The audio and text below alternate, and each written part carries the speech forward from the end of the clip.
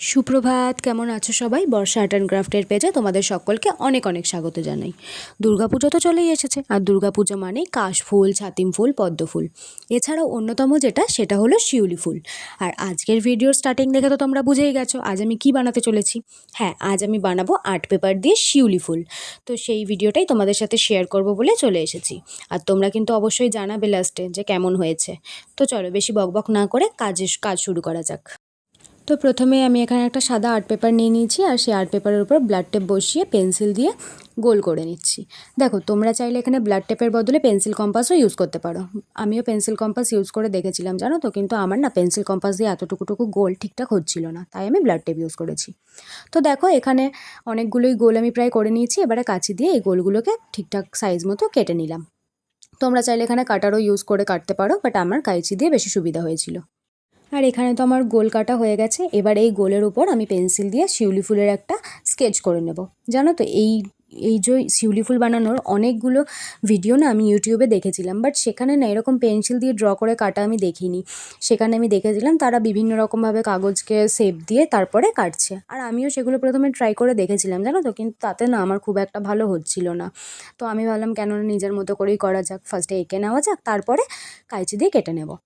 আর আমার, জানো তো, যে কোনো জিনিসই অত কাগজ মুড়িয়ে মুড়িয়ে আমার কাটা ঠিকঠাক হয় না। তো সেই কারণেই না আমি ফার্স্টে আগে কাগজের উপর যেই শেপটা দেবো সেটা এঁকে নিই, তারপর সেটা কাঁচি দিয়ে হোক কাটারি দিয়ে হোক আমি কেটে নিই।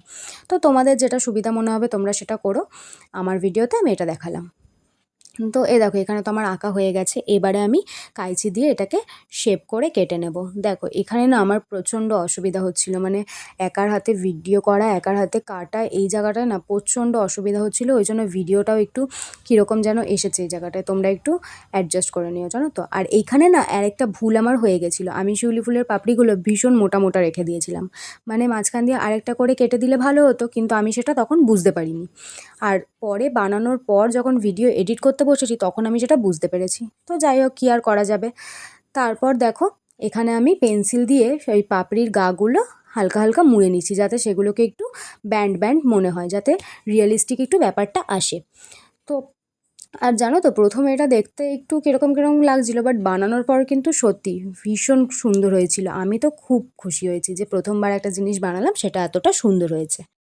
আর এই যে এখানে আমি বললাম না যে জিনিসটা খুব সুন্দর হয়েছে, এটা কিন্তু আমি বলিনি, যারা যারা ফুলটা দেখেছে তারা প্রত্যেকেই বলেছে। তোমরাও কিন্তু তোমাদের মতামতটা লাস্টে দেখে জানিও কমেন্টে। তো দেখো, এখানে কিন্তু আমি ওই যে ফুলগুলো যে শেপ করেছিলাম প্রত্যেকটা গলি কিন্তু আমার ঠিকঠাকভাবে কাটা হয়ে গেছে। আর এখানে দেখো, শিউলি ফুলের যে ডান্ডিটা হয় সেটার জন্য তো একটা অরেঞ্জ আর্ট পেপার লাগতো, কিন্তু আমার কাছে না সেই মুহূর্তে অরেঞ্জ আর্ট পেপার ছিল না। আর আমি যে সেই সময় গিয়ে দোকান থেকে অরেঞ্জ আর্ট পেপার নিয়ে আসবো সেটারও সময় আমার কাছে ছিল না। তাই ভাবলাম আমার কাছে তো ওয়াটার কালার আছেই, সেটা দিয়ে এই সাদা আর্ট পেপারটার মধ্যে কালার করে নেওয়া যাক। তাতে অরেঞ্জ কালারটাও হয়ে গেল, আর আমাকে অরেঞ্জ আর্ট পেপারও কিনতে হলো না। তো যেমন কথা তেমন কাজ, আমি ফার্স্টে ওয়াটার কালারটা দিয়ে এই সাদা আর্ট পেপারের মধ্যে কালার করে নিচ্ছিলাম। আর দেখো, এখানে কিন্তু কালারটা খুব সুন্দর এসেছিলো। দেখো, এখানে অরেঞ্জ কালার করা যে আর্ট পেপারটা সেটা শুকিয়ে যাওয়ার পরে আমি সেটাকে লম্বা লম্বা করে কেটে নিয়েছিলাম। আর দেখো, ভিডিওতে কী সুন্দর আমরা 2-3 মিনিটে ব্যাপারটাকে দেখিয়ে দিই, তাই না? কিন্তু আসলে যখন কাজটা করি তখন কিন্তু অনেকক্ষণ সময় লাগে। তো কী আর করা যাবে, একটা ভালো কিছু করতে গেলে কিছুটা সময় তো ব্যয় করতেই হবে। আর আমি মনে করি যে কিছু সময় ধৈর্য দিয়ে কাজ করলে সেই কাজটা অবশ্যই ভালো হতে বাধ্য।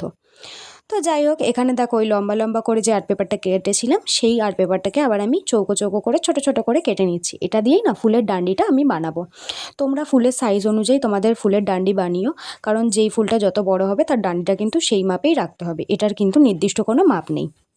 আর দেখো, তারপর এখানে আমি ওই যে ছোটো ছোটো করে কাটা আর্ট পেপারগুলো সেগুলোকে গোল গোল করে মুড়ে নিচ্ছিলাম। এতে করে কি হবে, এতে করে ডান্ডির শেপটা খুব ভালো আসবে। এই দেখো, তোমরা তো দেখতেই পাচ্ছ কীরকম করে মুড়লাম আর কীরকম একটা ডান্ডির সুন্দর শেপ চলে এলো। আর এইবারে দেখো, ওই যে আমি ফুলটা যখন এঁকেছিলাম তখনই দেখেছিলে মাঝখানে একটা গোল করেছিলাম, ওই গোলটার মধ্যেই একটা ছিদ্র করে আমি এই যে ফুলের ডান্ডিটা আছে এটাকে ওর ভেতর গেঁথে দিচ্ছি। আর দেখো, এইভাবেই কিন্তু আমাদের প্রত্যেকটা ফুল রেডি হয়ে গেল। তোমরা ফুলের লুকটা দেখো, দেখে কিন্তু তোমরা অবশ্যই কমেন্টে আমাকে জানাবে কেমন হয়েছে। এই দেখো, আমার ফুল কিন্তু পুরোপুরি রেডি হয়ে গেছে। এইভাবে কিন্তু আমি প্রত্যেকটা ফুল বানিয়ে নেব।